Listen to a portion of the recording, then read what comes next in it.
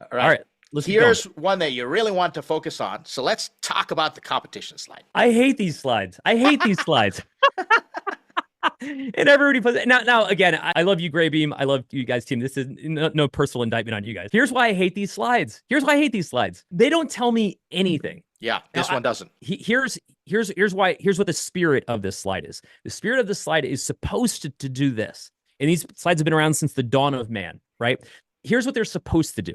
They're supposed to say, hey, investor, here's everybody that's in our space. Here's a bunch of logos for everybody that's there. Here are the axes, the X and Y that represent what matters in our space, usually costs, something like that. And we're always in the top right and everybody else sucks. Every single one of these charts looks exactly the same. They're always a quadrant. We're always in the top right.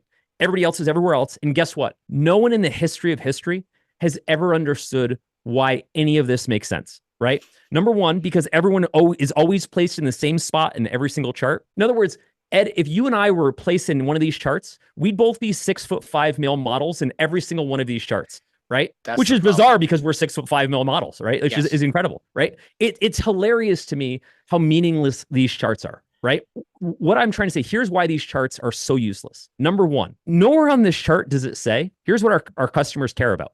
Does it explicitly say, open up with the top line to say, here is why when our customers are shopping for a product, this is what they care about the most. These specific features. Now it's implied, right, that they're trying to save some money, that they want things to be a bit more automated. But we're supposed to just kind of somehow look at this and assume that select.dev, somewhere on that chart by that axis, is somewhere over in less saved in manual. They must somehow, I guess, not do that. Now, if you're select.dev or Kibo, why do you exist in the market if you're less saved and manual? Why does that product exist? Why do they even have customers if they don't do those things? Do you see what I'm saying? Absolutely.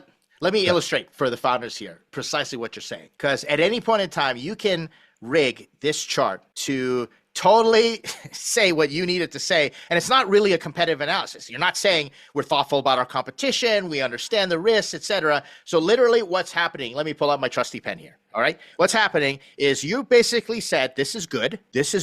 So we are awesome and everybody else is bad, is really what happens. And to me, it doesn't help. Now, let me just argue for just a moment. Let me just pause. And I know Will, really went after the whole magic quadrant.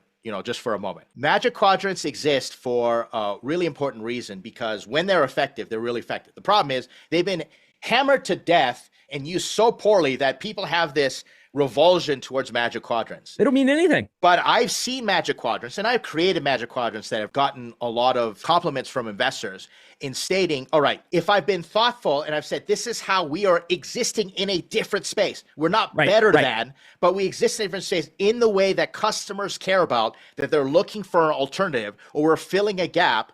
I have gotten kudos on my magic quadrants. The problem is most founders don't know how to do a proper magic quadrant, or the other version, which is the features and benefits matrix that says, oh, look at all our check marks and everybody is a big fat, goose egg. Yeah. Here's what I want you to do.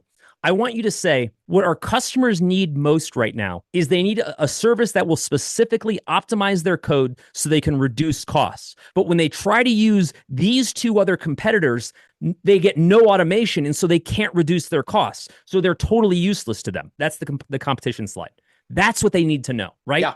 Look at it as a customer. Totally. Right? Not an inventory of logos. That's useless.